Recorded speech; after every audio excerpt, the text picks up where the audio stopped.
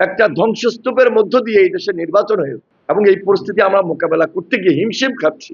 বৈশ্বিক যে অস্থিরতা, যে জ্বালানি সংকট, মধ্যপ্রাচ্যের যে সংকট, এই পরিস্থিতিকে উনি মোকাবেলা করে যাচ্ছেন। স্টিল আমরা জানি না এর ভবিষ্যৎ কি হবে। আমরা জানি না যে এই যুদ্ধ কবে নাগাদ থামবে।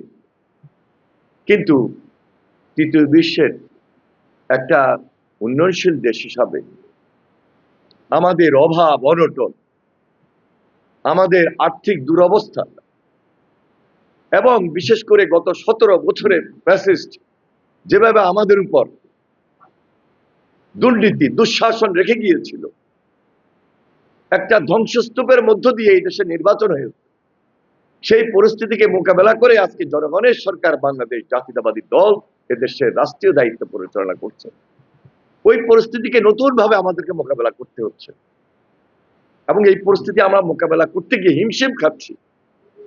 তারপরেও ডে ওয়ান থেকে মাননীয় প্রধানমন্ত্রী জনাব তারেক রহমান তার বিচক্ষণতা, তার কর্মদক্ষতা, দেশকে স্থিতিশীল রাখার জন্য যেভাবে একটা চ্যালেঞ্জ নিয়ে বাপের মতো পিতা শহীদ রাষ্ট্রপতি জিয়া রহমানের যে জনপ্রিয়তা ছিল, এই দেশকে নিয়ে যেভাবে জনবান্ধব সরকার, দেশপ্রেমিক সরকার হিসাবে মানুষের পাশে থেকে কাজ করেছিলেন এবং দেশের নেত্রী বেগম খালেদা জিয়ার যে অসমাপ্ত কাজ সমাপ্ত করার জন্য আজকে নতুন উদ্যোগ নিয়ে সাধারণ মানুষের পাশে গিয়ে কাজ করা শুরু করেছেন।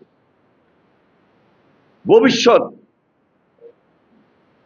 একটা উজ্জ্বল দৃষ্টান্ত তিনি রেখে যাবেন বলে আমরা মনে করছি।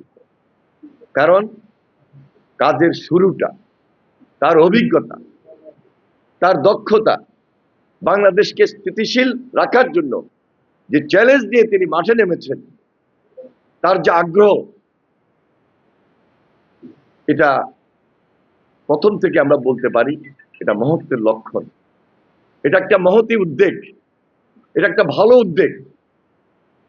একই পরিবারের মধ্যে একজন রাষ্ট্রপতি ছিলেন, মা প্রধানমন্ত্রী ছিলেন, আর আজকে তারেক রহমান এদেশের প্রধানমন্ত্রী এবং নির্বাচিত। বিগত 17 বছর এই দেশে নির্বাচন হয় নাই, যেই নির্বাচনের জন্য আমরা আত্মহতি দিয়েছিলাম, সংগ্রাম করেছিলাম, গুমের শিকার হয়েছে, খুনের শিকার হয়েছে, আমরা অত্যাচারিত হয়েছি, নির্যাতিত হয়েছি, জেল জুলুম, কোনো কিছুই আমাদেরকে দাবি রাখতে পারে নাই। টার্গেটে পৌঁছার জন্য দেশকে নিয়ে আমরা চিন্তা করেছি বলেই আজকে একটা সত্যিকারের গণতান্ত্রিক সরকারের নেতৃত্ব দিচ্ছেন মাননীয় প্রধানমন্ত্রী জনাব তারেক রহমান। সুতরাং আমাদেরকে আরো সময় নিতে হবে। খবরের কাগজ, নিখাদ, নির্ভীক, নিরপেক্ষ।